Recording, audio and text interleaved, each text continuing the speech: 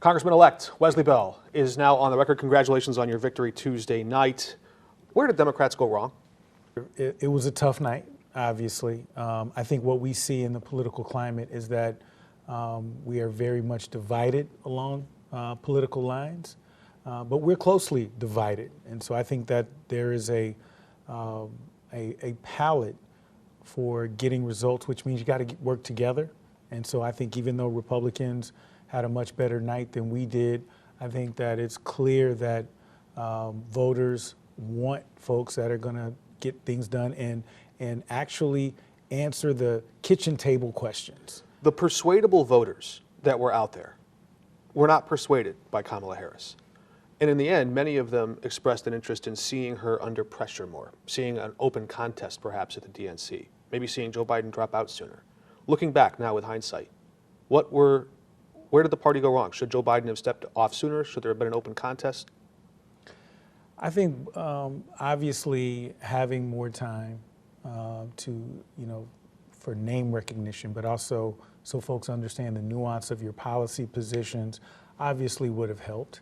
But the race was so close. Even with the electoral count that we're seeing, it still came down to a few thousand votes in a few states. Technically within the margin of error, but pollsters did still miss the Trump voter. Yeah. 3 elections in a row they've done that. I wonder though, was it a mistake for Kamala Harris to tack to the middle and embrace the likes of Dick Cheney, Liz Cheney, or had the Democratic Party already gone too far left and this was just a correction a little too late? That remains to be seen. I think when you look at the typical voters, they want folks who are going to get things done. I think that sometimes I think that most voters are, center left, center right, but there are, it's just so nuanced. And what I find to be so interesting is that you can't count on voters to just vote that ticket anymore. Or if there's an issue, that we used to know that they would follow the party that aligned with that issue. It seems to be a lot of back and forth. And, I was very much in support of Amendment 3 and it passed. But as we see in the numbers, there were folks who voted for Amendment 3, but then turned around and voted for Donald Trump, who was responsible, if you will, for Roe v. Wade being found unconstitutional. So it's an interesting political dynamic in this country. An issue can be political, but a person can be cultural. And I think Donald Trump is a cultural icon before he was ever a politician, and that's a different thing. But on this question of the Democratic Party and its direction, your primary victory was something of a shift closer to the middle, deep blue city in St. Louis County. In California, we saw almost every single county in California vote to get tougher on crime. A blue state getting tougher on crime. What message are voters sending in even Democratic strongholds about issues of crime and the policies, the way that our government looks at it? Mark, I think our race was a testimony to this, is folks want practical solutions. One thing that I've been consistent with as the St. Louis County prosecutor is that, yes, we do believe in alternatives to incarceration for low-level nonviolent offenders, but we always focused on the idea that serious and violent offenders had to be held accountable. That message has always resonated with folks in this region, which this is a 60-40-ish region, and so there's a lot, there's a lot of Republicans as well, and folks get that, and I think that folks are looking at a lot of these issues practically, is that yes, we care about making certain that there's equity, but also we want to make certain that our families are safe. And I think that there are I consider myself to be somewhat progressive, but also I'm very practical. And I think that we have to reach across the aisle. We got to figure out ways to work together. And I think folks on both sides of the aisle want that. Can you reach across the aisle when the incoming president-elect is promising mass deportations? It's going to be tough. And there's going to be issues that we disagree on. And there's going to be issues that we're going to have to fight for, or fight against, I should say. But I think that I think what this election also shows us is that there are way more issues that we agree on than we disagree. Well, let me put it to you in a practical sense. The Trump-Vance administration in this transition are signaling now that they may reach out to local law enforcement, perhaps even the office you hold now, the prosecutor's office, and they may tap people in your office that you hold. They may tap the shoulder of sheriffs or of police departments and deputize them as federal agents of deportation to investigate citizenship claims. And if you don't, they're going to strip or withhold federal funding. What should your successor do in a situation like that? I think this isn't the first time that former and soon-to-be President Trump has made proclamations on things that he's going to do that aren't going to get done. What gives you that degree of confidence? There's never been Mexico didn't pay for a wall. And I think that there are certain things that the president is able to do, and there's certain things that the president is going to need Congress, the Senate, and the Supreme Court to do. But the Department of Justice, over whom he would control the appointment of its next Attorney General, could withhold federal funds.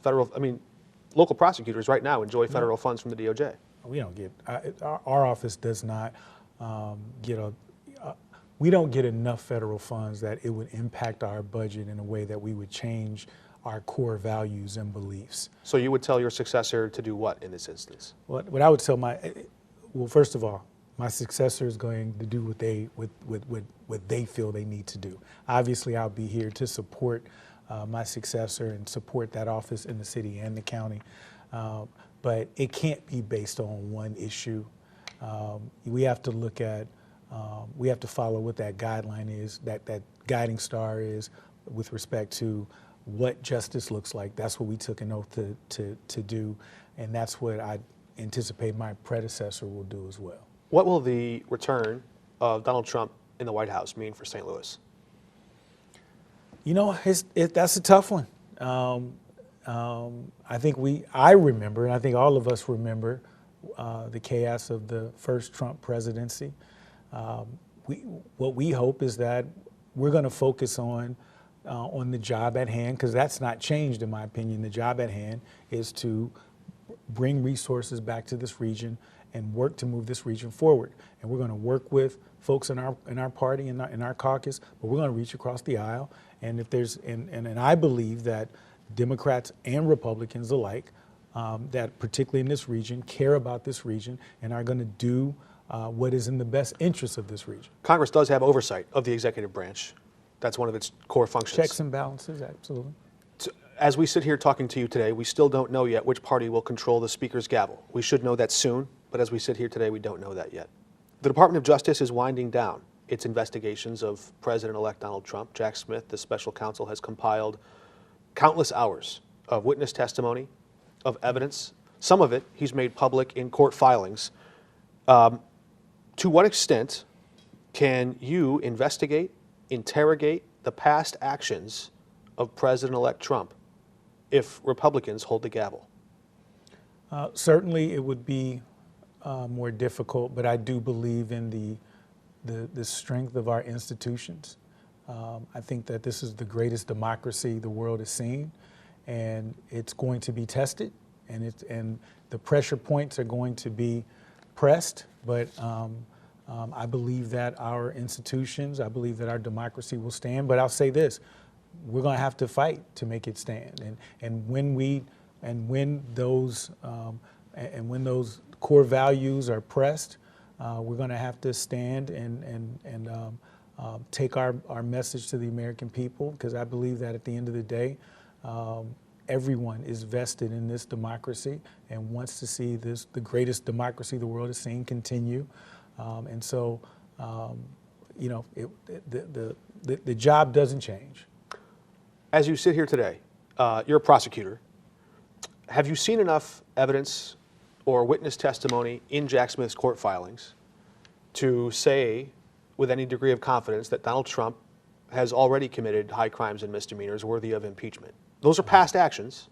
Can you impeach a president for something he did before he assumed office?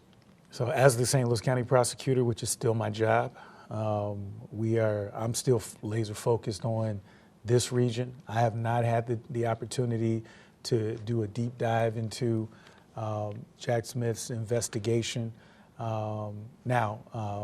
There is, with respect to the Oversight Committee in Congress, those things will happen. But right now, Can you get more specific? Those I'm things. not Are you saying that if to Democrats comment hold on the gavel now or in 2 years, that there will be an impeachment investigation or inquiry? I'm not ready to go there. Do you have interest in work like that? You know what? My primary focus is the St. Louis region and regional growth, moving this region forward. Now, with that said, I think we're putting the cart before the horse when we start talking about those things. Well, we're not. The president's even with sworn respect, in. we're not. The Supreme Court has said that the only institution left to investigate or hold a president accountable, if not the Department of Justice, is the Congress. Yeah. And you hold a seat soon in that Congress. And if we find, if we find that there was wrongdoing or by any office holder, then I believe the Congress, as well as myself, would do their duty. But I just think it's premature to have those conversations before the Congress, the 119th Congress is sworn in, before the soon-to-be president is sworn in. I think we got to focus on the things that we can get done, because what I do believe is that what folks are tired of is the political discussions that don't focus on the things that matter to them. Working class folks care about education, they care about health care, they care about being able to provide for their family and public safety. And I think we need to get back to having those conversations as well. Not to say that those other conversations aren't important, but let's really focus on the things that matter to working class families. Part of the oath that you will swear also to uphold the Constitution and to respect the rule of law, it might entail preserving the integrity of Jack Smith's investigation up to this point. I don't know. The timeline is interesting, though, because you'll be sworn in before the next president inaugurated on January 20th. You will already be a sitting member of Congress. Do you have any intention to reach out to the office of Jack Smith or to the Department of Justice to find some way to preserve whatever evidence he may have, and with hope of continuing it from Congress? I'm sure that House leadership is looking into those issues, and that's something that those respective committees, I'm sure, will look into. I just think that it's premature to talk about investigations prior to even being sworn in, prior to any of the new office holders taking office. That said, I'm gonna double down on what I said. I think that it's important that we do our constitutional duty, but also I think that the American people want us to focus on the issues that matter to them, and folks I think folks want to see those issues addressed that impact their everyday lives. Amendment 3 was a big issue, rallying issue for Republicans and Democrats to restore reproductive rights for women in this state, which had the most extreme abortion laws. Yeah, the biggest shift from a total ban to near total access. Last question before we let you go here. Yeah. Not much of an exit interview, really, and as you prepare to leave the position you have now. County Executive Sam Page is taking applications for people interested in replacing your post there. Have you heard from any of those applicants? What kind of attributes are you looking for? Are there any people you think are best suited for that job? So the charter gives the county executive the authority to make that decision. The charter could have given the prosecutor, outgoing prosecutor, that authority, but did not, and so that's his call. Now, what I will say is I've always had a good working relationship with Dr. Page. We have had consistent communications about this issue.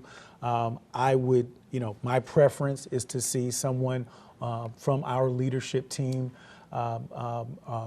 get the appointment, because I believe that our office is a very smooth running office, men and women who are dedicated to justice, and I think that should continue. That said, it is his call. We'll support that process. We'll support whomever the appointee is, but if you're asking me directly what those attributes are, someone who understands what the mission of the office, we have folks that are there right now who I think would do a tremendous job, but whomever is appointed will have my full support. We even have an office ready for him. whenever they're appointed. I never had a chance to ask you about the 11th hour last-minute court filing over Dennis Hancock and the nepotism hire there. Was that a favor to Sam Page? Oh no, we don't do that. The bottom line is, You understand the appearance there. well, but it's not about appearance. The bottom line is that the Constitution is very clear when it comes to nepotism laws. You didn't give him any heads up. It's not about heads up. We're talking about an elected official who has been an elected official for a number of years. When you talk to elected officials, one of the rules that we know, you cannot hire family. And so It looked like you're trying to pull a fast one to get him off the I don't think that it council looks like day. that at all, because the Constitution is clear. If the Constitution is clear that you cannot hire family, and you hire family, there's no room, there's no wiggle room. The favor would be if we overlooked that. And it is our obligation and duty to bring that to the court. And I don't care whom you are, if you violate the law in that blatant a fashion, we're going to hold that person, individual, accountable. And that whole situation was addressed. I wish we had more time. Congressman-elect Wesley Bell, thank you for joining us. My pleasure.